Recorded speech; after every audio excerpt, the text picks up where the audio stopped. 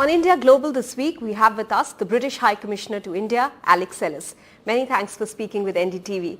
Let's start with the pro-Khalistan activists and the vandalism at the Indian High Commission in London. You condemned the act. However, the perception is that when it comes to prosecuting the miscreants, UK is not serious. So let me repeat that condemnation, repeated by our Prime Minister Rishi Sunak when he spoke to Prime Minister Modi last week, that we do indeed condemn those actions, the damage done to the Indian High Commission and the damage done to one of the members of the Indian High Commission. We have a range of tools for how we deal with extremism in the United Kingdom. To be clear, my country is a proudly diverse country. It's a country which has a Christian king. One of his first acts was to go to a Gurudwara. It has a Hindu Prime Minister, and it has a Muslim First Minister of Scotland. We do not tolerate extremism of any form in the United Kingdom. In the specific case of pro-Khalistani extremism, we have gained a great deal more understanding and capability as well about the issue of Khalistani extremism. We do that working with our Indian partners. We created through our meeting between Prime Minister Boris Johnson and Prime Minister Modi a joint extremism task force. That's met.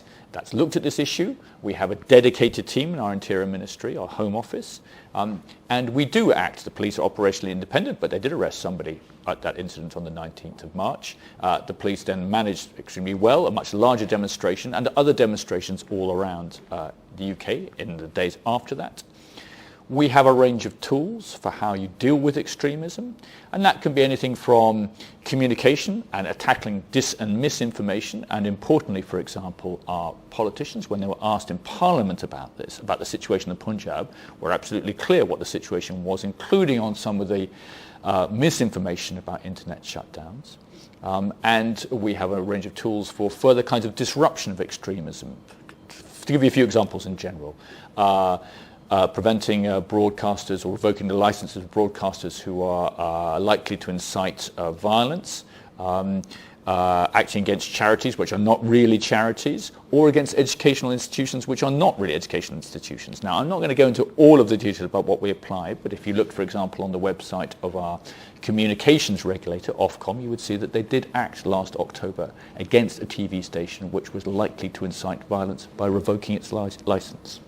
This issue of Khalistan is one that has created friction between India and UK even in the past. Since 2019, since there was talk about referendum 2020 and there was a protest, a demonstration rather, that was supposed to be held in the UK. Do you feel that that friction has re-emerged now with the current incident that we're talking about? The UK, as I say, does not tolerate extremism of any sort and is a proudly diverse society in the ways that I've explained. There are many great things about the UK-India relationship, and one of them is the flow of people between the two countries. India tops almost every single visa category for British visas which we issue. I think number one for students, number one for visitors, number one for skilled workers. Now, you're going to get a huge flow of people. Most of that is great. Occasionally it's not great. And we have to act when it's not great, and we have to do that in cooperation. But in my view, we cannot allow individual acts to stop the enormous progress that we have been making between our two governments since our Prime Ministers met 2 years ago. This is an essential agenda for the UK and India, and also for the world, I think, whether that's on climate change, whether that's on defence, whether that's on trade and investment. And we have to make sure we stay the course and we keep going, that we manage the problems, because there will always be problems, but that we keep ourselves clear about what the goal is. So, since you mentioned trade, there was a report which was denied that India had paused the trade negotiations because of this issue. That report was denied by the Indian side, and I think the next date for the trade negotiations has also been fixed to end of this month. But how did that rumor come about? Was there anything that happened in the background really? Was this issue brought up during the trade negotiations? I think you're making exactly the point I want to make, that there will always be noise, there will occasionally be difficulties, but we have to stay the course, and the trade negotiations have indeed done that. We have, I think, our 8th round of trade negotiations will take place starting next week. We've got a long way down the negotiations. I think I can see a potential deal which would increase jobs and prosperity in both countries by increasing trade and increasing investment both ways. And with the political will and, of course, the hard pounding of negotiations, I think we can get there. And one of the things which Prime Minister Modi and Prime Minister Sunak talked about was exactly accelerating those trade negotiations, because they see the economic value of reaching an FTA, and that would be the broadest FTA which India has ever done, I think. And it would also send a strategic signal, because we have to put all of this in the context of a much more competitive, sharper world. We just reissued an update of our strategy document, our integrated review, and it gives you the sense of what challenges both India and the UK face, whether that's from geopolitical competition or indeed some issues like climate change. And we need things like the free trade deal in order both to create economic value but also to create strategic value for both countries. So the previous Prime Minister Boris Johnson had given a timeline for the FTA. Obviously, we've crossed that timeline. Is there a new timeline? I often give advice to people getting married to think less about the wedding and more about the marriage. So I think the important thing is to think about what we can get out of the right kind of FTA, and that is the most important thing rather than a particular date. What is clear from the conversation between Prime Minister Modi and Prime Minister Sunak is a shared sense of political urgency, and I hope both sides will be bringing that to the negotiations when they go again next week.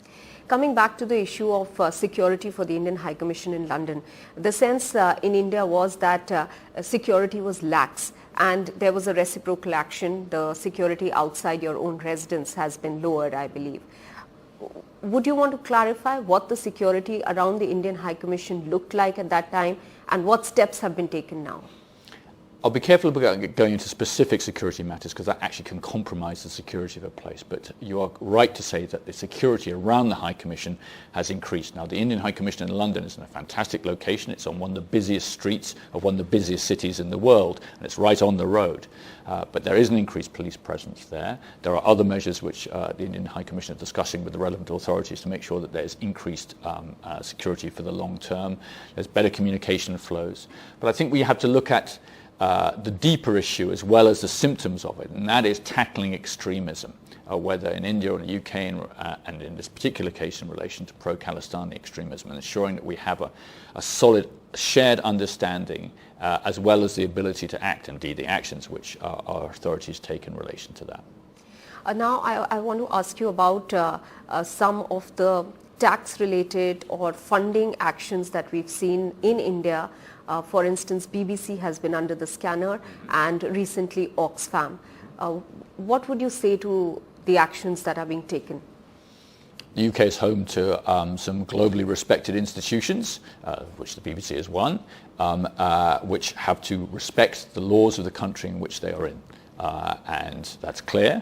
And I know that Indian authorities have been talking to the Oxfam and indeed to the BBC, and that's for them to deal with. But the important thing is that they respect the laws of the land and that they can carry out their aims in a way which does that.